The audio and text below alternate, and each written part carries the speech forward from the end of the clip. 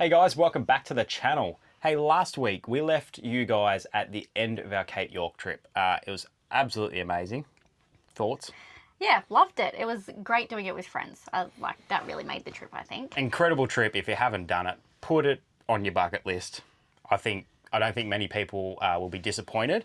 But what we wanted to do was we wanted to sit down and sort of talk through our itinerary, how we did Cape York. This is the second time we've done it, so a bit of to and fro what we did the first time.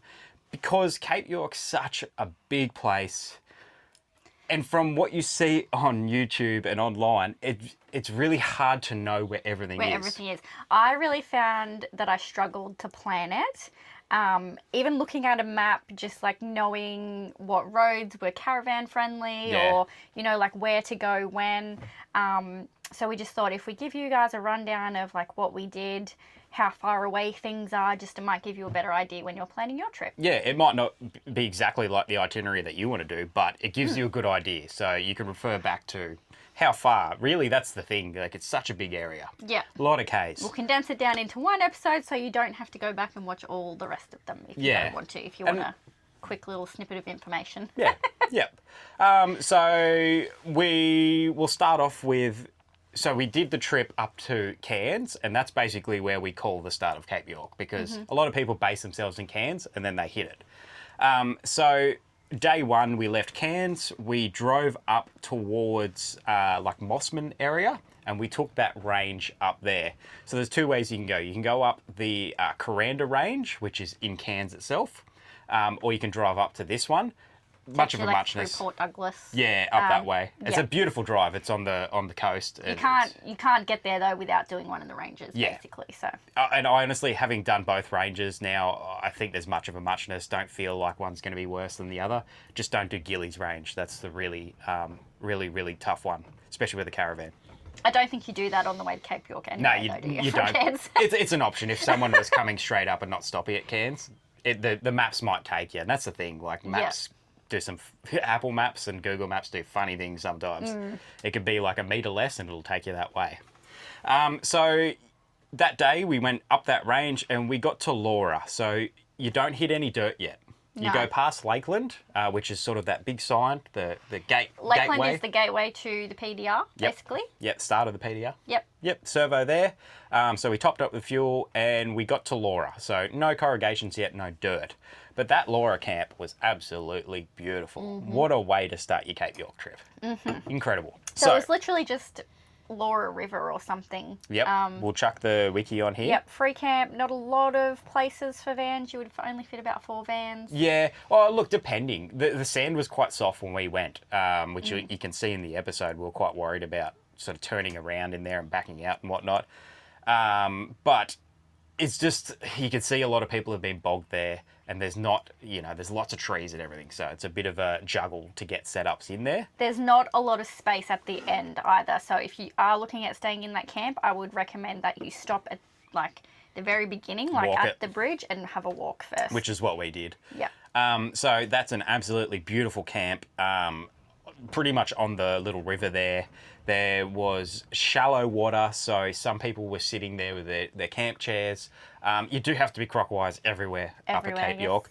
But because it's so shallow, it's generally fine. You're only like ankle deep in some spots, and you could see everything. So we didn't sit in the water where we were. I was going to say, we're not recommending it. That's up to you if you make that call that you want to do that. We didn't do it. No. So out the front of where we were camped, just a little bit down from the bridge, were some deeper holes, and we just don't want to risk that. So we told the kids, stay back. We didn't let them down there. But that was about a 4-hour drive that day. Yeah, so 300 kilometres, 4 hours. Yeah. And that's, like we said, not on any dirt yet. So this is where it really starts to slow down. Yeah. So after that, we then left there and we head towards Coen. So we had a plan. We knew where we wanted to camp at Coen.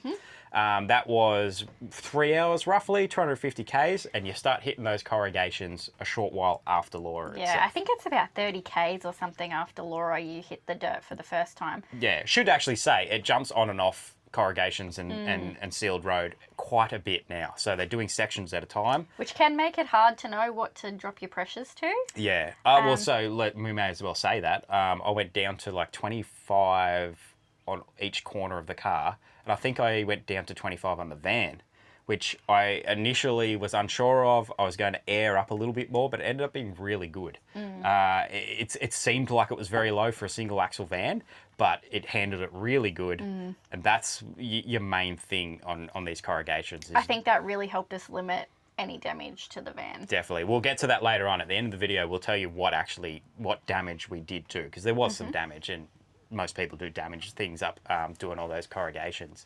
But So we stayed in Coen, on the riverbed there. Yeah, so the Bend, it's called. Yep, there is a couple of different camps, all called the same thing. Riverbed 1 on the Bend 2, or kind of thing. Like, they're all called the same thing. That again, was the one we backed into. Yeah.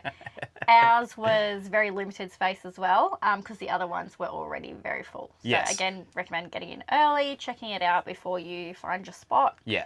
But that was an incredible spot, like tricky to get into for us, but we had it to ourselves. Once again, on the water. Didn't let the kids swim or anything in there again, just wanted to be careful. It felt way too crocky to us. Yeah. But yeah, if we had more time, we would have loved to have stayed there for a little bit longer, but so had then to keep moving. The next one along from it, there is more room and it's just off the road, but it was quite full by the time we got there. So that's the thing up there. This wasn't even school holidays and it was still quite busy. So after Coen, where did we go? Oh, so we went straight to Weipa. So that's very different to what we did in 2023. So in 2023, we kept going up to Bramwell and we did up to the tip first. This time we thought we'd just change it up a little bit and we went out to Weipa. Beautiful spot out there. We did book that place, but we didn't need to. No, but the caravan park in Weipa, it really is the only place kind of in Weipa. In Weipa itself. Yep. So it's a decent park, big sides. And plenty of space. You probably don't there. need to book, but yeah, pool. Yeah. Beautiful sunsets. We've got barramunchies. Yeah, so good takeaway food there. It's just a bit of a vibe. I really love quite Weipa. enjoy it. Yeah, I really liked Weipa too. Yeah, we did 3 nights there. I'd love to do longer because we got the boat in one day, but by the end of the day we were just learning everything, and if we had more time. But good spot to go fishing if you got a rooftop titty or if you're just dragging a boat up there. Beautiful spot. And to check out Pennyfather and I think Numapoon and stuff from there. Yeah, we haven't done Numapoon, but we've heard it's quite nice and there's a good feed up there apparently. So, it's on the list for next time. Yeah, that's the thing. There's so much up there. Don't feel like you have to do everything. It's if you tried to do everything up there, you'd be up there for a year. And yeah, there's just a lot. You got to leave something to go back to. Yeah. So then after that, Weipa to Bramwell Station, which we have not stayed at before. So last time we did Bramwell Junction. Roadhouse. Oh, Roadhouse. Yeah. Yep, that's the one. Yep. They're about 15 k's apart from each other. Yeah, not very far. Yeah. But basically they're all just a patch of grass. So Bramwell Station does the dinner and stuff. Yeah, we didn't get into that because it was booked out, so we didn't realise it was a bit of a get in to book it. But we weren't too bothered. We had a great time just at the camp. Yeah, just hanging out. Yeah, nice and big. That's where a lot of people drop their vans because they don't want to tow it any further. So there's a lot of vans and boats sitting there in like a storage area. And that's kind of what we did last time, is we left the van at Bramwell Roadhouse to do bits of the Tele Fruitbat Falls and stuff. But Fruitbat Falls is quite a ways from there. It is. It's about two and a bit hours. Yeah. So we didn't do that this time around. Yeah. Well, we should say, so the way we went from Weipa to Bramwell Station was through Batavia Downs. Yeah. So it's a bit of a shortcut. It means you don't have to go all the way back to the intersection that then takes you up towards Cape York or to the, Bramwell and the tip and everything, Bamaga. So they reckon that saves you about 45 minutes. Yeah, and it definitely did. The maps were saying ages and then dropped right down. Definitely does save you a lot of time. Yeah. And the road was quite good. Very windy. So I would be cautious. We saw some cars loose drivers hooking around corners. Yeah. But yeah, it is quite windy. So if you're doing it with a caravan or just in general, do be cautious. Yeah. My maps wouldn't show me that way, so we just had to do it. Well, I like to get maps going before we leave. We, at the time, didn't have Starlink on the roof. Cam and Tiff did, but so it's definitely worth taking that shortcut, I believe, anyway. But so we use Bramwell Station as a base to do the southern part of the Tele track. Yep. Which again is something that we feel can be quite misrepresented. Definitely. On YouTube. Yep. It makes it look really short and really like obstacles really close together, and in reality it's just not like that at It's a all. long way in between each sort of thing, like from Yep. Palm Creek to the next crossing or whatever. Yep. Quite a drive. And then so you see the main challenges, but you don't see the challenges in between the challenges generally. Yeah. And look, when we say misrepresented, like those people are there to do the hard stuff. They're picking the hard lines. Like that's the exciting stuff that people want to see, I Definitely. suppose. So, But there are it options. does, and it does give you a bit of a skewed perception of what it's like. Yeah, the hardest thing probably was the very first one. So Palm Creek, which is one of the big drop-ins. You drive straight up, and it's like the first thing you see is that drop-in. But you continue a little bit off to the right, and there's a track you can take. That was the trickiest one because it was a bit tight. There was a log in an awkward spot, and then you cruise through a bit of deep water. But it was good fun. Glad we did it. We nearly didn't do it. Yeah, the boys had a good time, and look, Tiff and I by the end of it were having a good time as well. But Yeah. it was a big day. It was a really big day. So after doing that Palm Creek, everything else is pretty easy. Yeah, To a certain extent. The one thing that I did want to mention is when you're going to Gunshot, you get to a sign that's probably about 20 k's or something from Gunshot, Yeah. and it says Gunshot Bypass. Yes. That is the only bypass. Yeah, even though I said it might not be. Alex is like, no, there'll be another bypass around Gunshot. There is chicken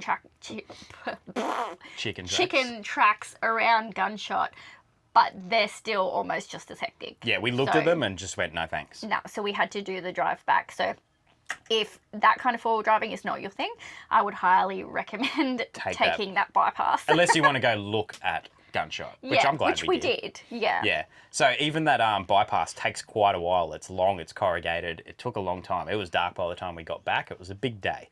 So next time we go, I'd love to do the Tele track and camp on it, but that just wasn't our plan this time. Well, you can't do that with Caravan. No, definitely not. So after that...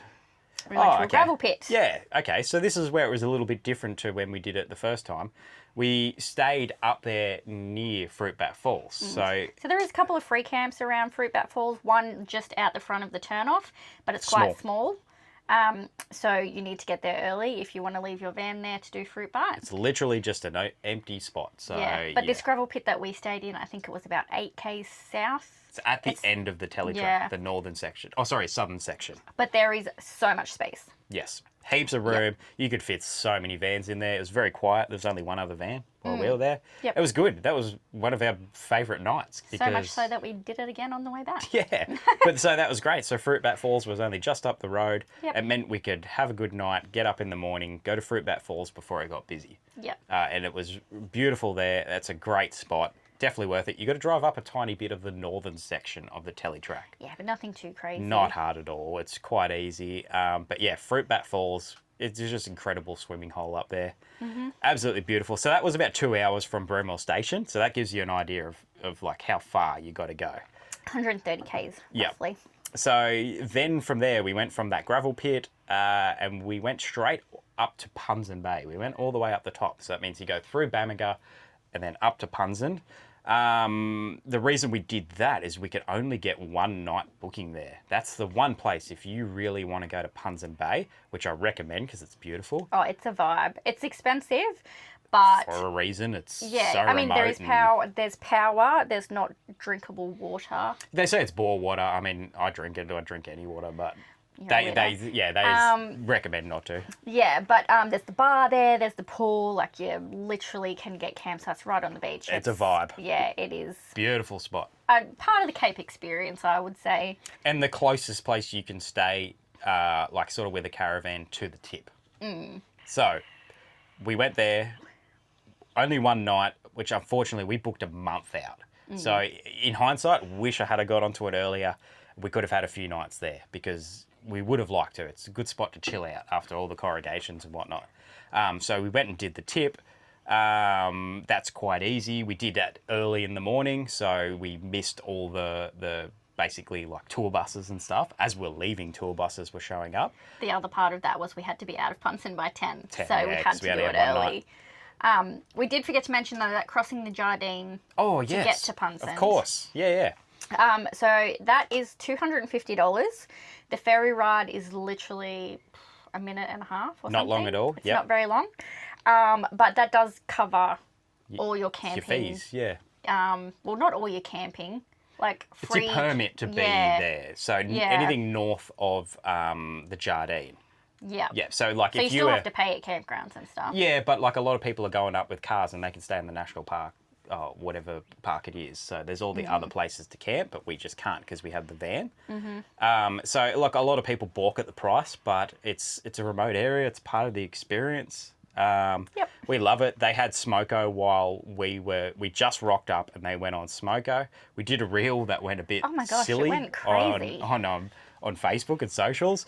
People thought we were complaining. Yeah, that we were having a whinge about it, but like people are entitled to their Smoko, right? 100%. Nobody's coming to my work and telling me not to have Smoko. I'm like, you can go to Buggery, you wait. We just had to suck it up and wait. Yeah, and again, it's just part of the experience. Yeah, so. yeah. But see, we thought there was a certain time that they do it, and then we sort of said that in the video, but we were wrong. When we were coming back, it was the same time. Yeah. They didn't have Smoko, so... It could be different. I feel like when they called off for Smoko this time, we were the only 2 cars in the line at that point, but there was just massive line the second time. Like, they might do it pick their differently. times. They go, look, there's no one here, let's have Smoko. Yeah. And then these people just have to wait if they show up. So, yeah. Look, it is what it is, guys. I'm not bothered at all. Just got to do it, yeah. It's only an hour, and then we're on our way.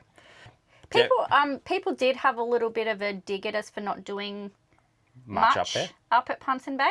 Part of that is obviously the time that we had. And the second part is we've done a lot of it before. Yeah, a lot of the things they were saying that are beautiful and to do, we did in 2023. Yeah, and while we would have loved to have shown Cam and Tiff, we just were so pushed for time. And they weren't bothered. They sort of said, look, we'd do anything. We're just having a good time. Like, just being together, no matter where we are, was good. So from there, we went to Loyalty Beach.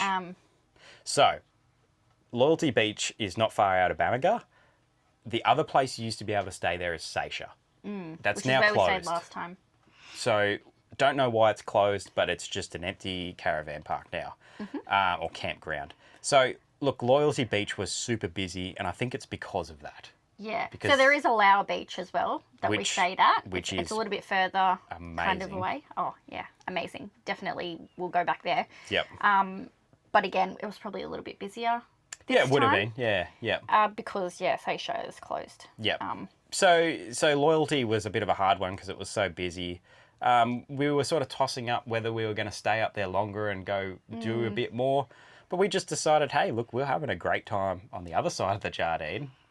Let's go back. There, so we only spent 2 nights north of the Jardine, which I wasn't bothered with at all. Like, there's the 5 Beaches Drive. We did that last time. There's a few things to see. There's a few other campgrounds, but like we will get back there and we'll do some of that stuff. Do it again, yeah. I feel like for us this time the journey was the adventure. Definitely. Do you know what I mean? It wasn't so much about the location. It was just doing it with our friends. Like, it was great, and we aren't disappointed that we only got to spend those 2 nights there. Nope, not at all. So from Loyalty, we went back over the Jardine and to that same gravel pit. So that's how we stayed 2 separate nights there. So that was a 2-hour drive, about 100 Ks. That was where we did Elliot and Twin Falls. Yep. So, look, you can go, while you're doing Fruit Bat, you can go do Elliot and Twin all at once, which we did in 2023. This time we were like, no, let's just spend the time at each one individually. So that's why we did Fruit Bat first, went back there later and did Twin and Elliot. I'm glad we did because we just chilled. It was great. We had a lot more time. And one thing to note doing Twin Falls and Elliot is the track from Fruit Bat to there does get a little bit hairier. A little bit, I felt a little bit. Yeah, no, definitely. So probably just worth keeping in mind. Yep. But you'll definitely be doing a little bit of 4-wheel driving, but it's all doable. Don't be too afraid. It wasn't too crazy. Yeah. So then from there we kept going, and we had quite a big day the next time because we were running out of time. So we pushed it to the Wentlock River. Yes, which is somewhere we hadn't been to before. It was about a 15-minute drive off the PDR. Yes. We were aiming for Archer River, but it was getting late in the day and we heard that would get very busy, and I think we did drive past it possibly, or we didn't make it. We had this argument. Anyway, but for some reason we didn't make it there, and when we did see it, we were busy. Like, oh yeah, fair call, we made the right decision. Yeah, another place we'll go back and we will do one time. Just got to get there a lot earlier. That was our biggest day. That was like a 7-hour day, nearly 500 Ks. But we just wanted to keep pushing to our next destinations. Yeah. That Wentlock camp was really nice. There's a few little spots just on that Wentlock River, creek, whatever it is. Still don't know the difference. It was nice, really nice. Had a little fish. Once again, we just had a fire, just chilled. It was a beautiful, beautiful spot. Could spend longer there, but yeah, push for time, like we said. So. Yep. Then what'd we do after that? Wentlock to Hann Crossing. Oh yes, so we went to Hann Crossing. So one of our favourite camps. Yeah, it was beautiful. Yeah, we were number 1, I think. Campsite 1. There's quite a few, and you do have to book. Because it was very busy. Yeah, that was the only one. Tiff jumped on to book for us. That's the only one she could get, I think. Maybe one other was free. And it was the hardest to get into. There was a bit of a 4-wheel-drive hill that we had to do, and it was a bit sandy and rock-hoppy. And our 4-wheel drive wasn't working. And yeah, but doable. All the rest of them before that were quite easy. Yeah, big sites too, so you can fit multiple vans on there. Yeah, right on the water. Yeah. Once again, beautiful spot. But that was one of my favourite drives. So turning off the PDR and going into the Lakefield National Park, Lakefield Battle Camp Road or something like that. It was beautiful. The amount of changes in terrain was incredible. Yeah, so that's something we'd like to go back and spend more time on in that national park, because it was really cool. So in 2023, we had the dogs. This time we didn't. And it was good because obviously we can't do a national park with dogs. So it was great having that opportunity. There are plenty of options if you do have dogs, though. We did not have a drama in 2023. So if you want to take your dogs up there, don't stress. You just can't do national parks. That's right. But that spot was beautiful. We then got up early the next day because our plan was to go to Elam Beach. Place we haven't been to before. It's just north of Cooktown. We wanted to go early because we'd called them. They don't take bookings, and they said, look, if you want a spot, sort of, one of the primo spots, you just got to get here and get it. So we planned it. We went to bed early. They said get here before 10, so we were on track to be there by 10. Well, how long's the drive? It was about a 3-hour drive. So we got up nice and early. We hit the road. Yeah. It was good. It was the stillest morning we've had. There was not a breath of wind. Cam and Tiff were in front of us, dust everywhere. So we ended up stopping and just waiting a little bit because it was crazy. Like the sun shining through because the sun was just coming up through all that dust. We just couldn't see a thing. So we just held back a bit. We got to Laura Station. Old Laura Homestead. Yeah. That was great. We'd heard about that and someone had recommended it's cool. it. You can have a little walk around there. And beautiful spot. Yeah. We got there, we did that, and then we were like, okay, let's push on. We're not too far now. Let's get to Elam Beach. And that's where, if you've seen the videos, that's where it all ended, basically. Yeah. So that road, that Battle Camp Road, there's signs everywhere saying dips, and there are dips everywhere. The whole PDR really is, and not that this is the PDR, 100%. but like just all the roads up there. Yeah. Like we're in the wet season. It's where all the water goes through. And we were being cautious. We were going quite slow, really. Like we were only doing about 50 Ks on that road. And we went through this one dip that you just could not see that it was like a sheer drop off. Caught us off guard. Yeah, and there's so many factors to it, like the angle that the sun's coming from, the shadows, the dust. Like sometimes they just don't look as crazy as they are. Yeah. So it caught us off guard. We went through it. It was hard and heavy hitting it, but we were all good. That's where I made the mistake of not calling up Cam and saying, hey, there's this dip coming. On that though, yeah, we say we should have, but on that there is so many dips. Oh yeah, and it's not like you're calling up for every dip single because one. There's signs too. But I felt guilty because of what happened. So then they hit that dip, and they were just it was just the awkward way they hit, and their bull bar hit the bloody intercooler and split it. So they called us up and said, "Hey, we've just done some damage. Can you come back?" And we turned around. Yeah, that was it. A lot of people sort of saying, "Why didn't you fix their car on the side of the road?" We stood there for hours trying to figure out what we were going to do. And that was an option. And ultimately they made the right call. Like to keep their warranty it's a brand new car to them. Like they did everything through insurance. If something else had have broken, we could have jerry-rigged that. I could have driven off and gone and got more coolant because it's a water to air intercooler. I could have gone and got coolant. We could have a bloody that JB weld. We could have fixed it all up. We had that conversation. But at the end of the day, if something else was broken and they touched it themselves, Toyota might have gone, well, Yeah. you've already done this. So it was the right call. It was a long time. So they ended up waiting like 7 hours for the tow truck, which was obviously they got to come from Cairns. So it's It was a massive process Yeah. for them, and just lucky in a way that we were there, and Alex, could drive us back. It all worked out in the end. Everyone was safe, Yep. and I think it all couldn't have really gone any better apart from the not breaking the car. Probably could have gone better, but hey, it's all part of the experience, isn't it? That's right. And I feel like to get out of going to the Cape with no damage is pretty unique. Yeah. Like. So we, after sorting everything out and knowing that the tow truck was coming, we kept going on towards Cooktown. We booked a caravan site there and a cabin for them. I then double backed after dropping the family and the caravan off, and I waited with them. Or double backed? Double back? Doubled back? What'd I say? Double backed? I don't know what. I went back, all right, and waited with them for the tow truck. Tow truck was quite late. Sun was going down. We didn't get back to Cooktown until 8:30, I think it was. Yeah, it was quite late. Yeah, so it was a big day. And look, it just, their car and van went back to Cairns, and then they came with us, stayed at Cooktown, and then got a hire car back to Cairns. So it all worked out. But unfortunately, that meant that was pretty much the end of our Cape trip. We then, we still went on from Cooktown. We went to the Lion's Den, which is only like 30 k's, 25 minutes. That is the main one that's deceptive. Yes. The Lion's Den. I was going to say that. Yeah. And you feel like it is the natural end of the trip, or beginning, if that's how you wanted to do it. But like in reality, it is so far off where you actually need to go. You have to go a different way to get there. Yeah. It's towards Cooktown. It's close to Cooktown, which isn't on your direct path. No, you literally, so at Lakeland,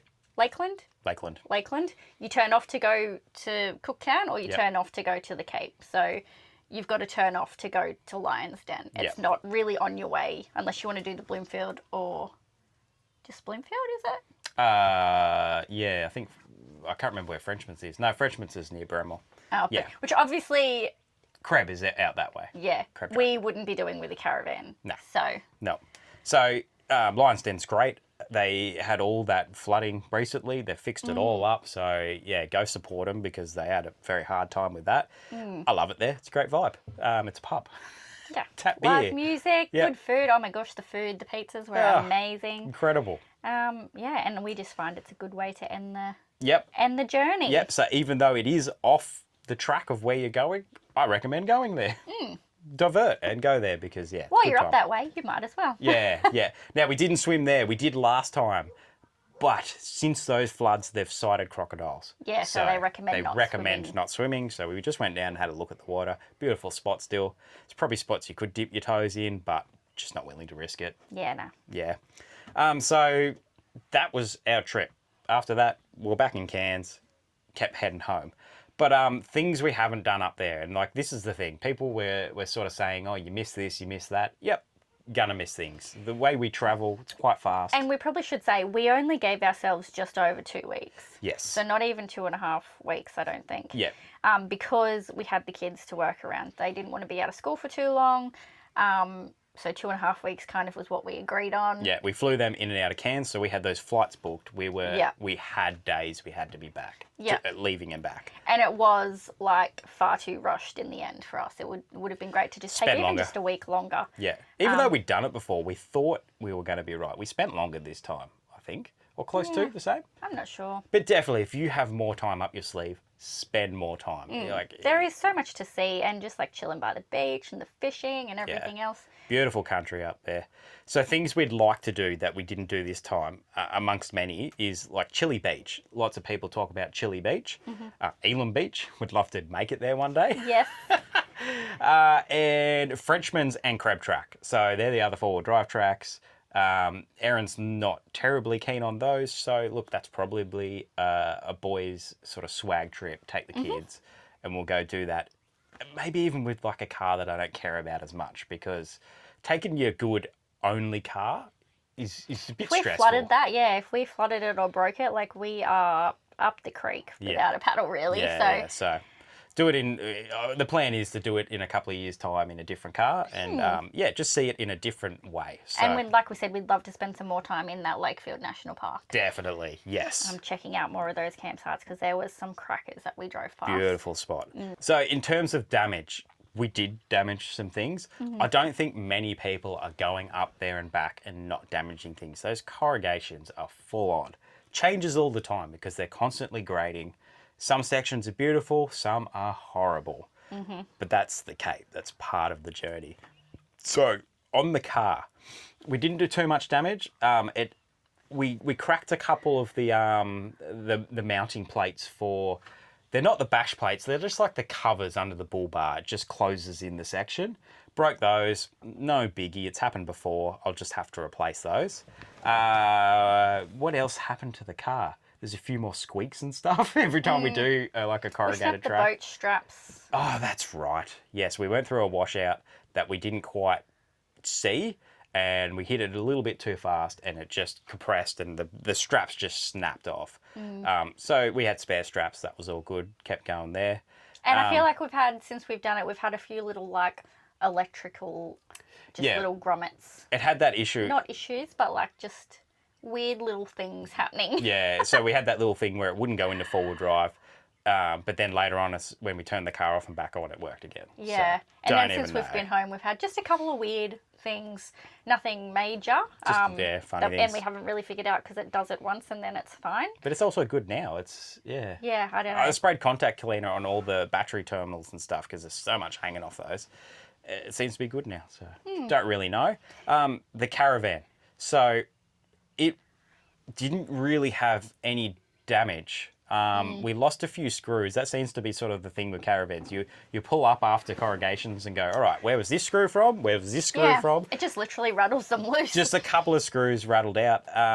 Funnily enough, the fridge, in the last van, those screws kept coming loose, but these ones didn't, thankfully. No, we didn't have any issues. We've never lost a fridge, but you hear horror stories of them coming into the van and the fridge is sitting against the cabinetry. So. And I do remember when we did the Gibb River Road, we had to keep stopping and tightening the fridge screws. So do that. Get out with your screwdriver after a bit of corrugations and just check everything. Just do a once over. So that our van, this is a single axle van. So. Last time when we did it in Bertha, she handled it perfectly. This thing was perfect as well. Very different though. Very different.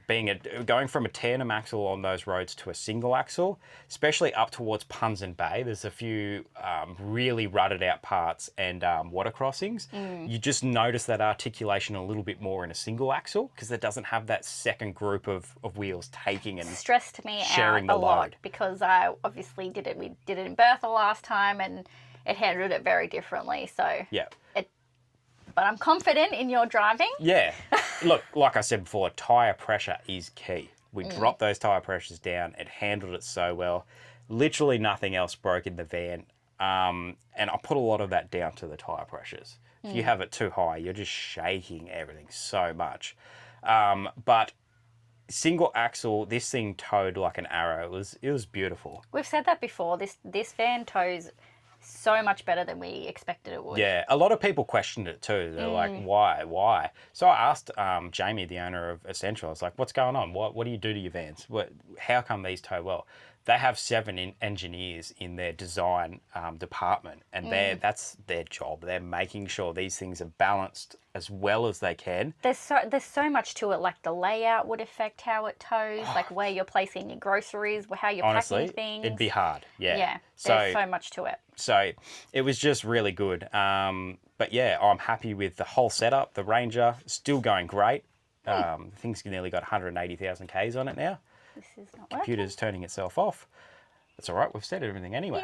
Yeah, I probably don't need to look at it anymore. No, but that's the Cape, guys. I hope that could help some people. Really just showing you how far everything is. We did from Brisbane about 7,000 Ks there and back. It's a long way. It is a long way. I can't remember it off the top of my head, but this is how many Ks it is from Cairns back to Cairns if you go all the way to the tip. We'll write it in. Right here. I'll put it in. Right here.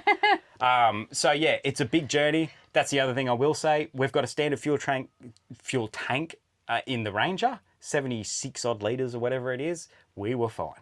Yeah, we had a Jerry and we only put it in because we'd done nearly the whole trip and hadn't used it, so we just put it in. I put it in too because we left Musgrave Roadhouse. Oh, yes, and we didn't fill up. They were filling up there, and I don't like to fill up my car when they're pumping into the tanks because it stirs everything out. It's just a bit of a rule I have.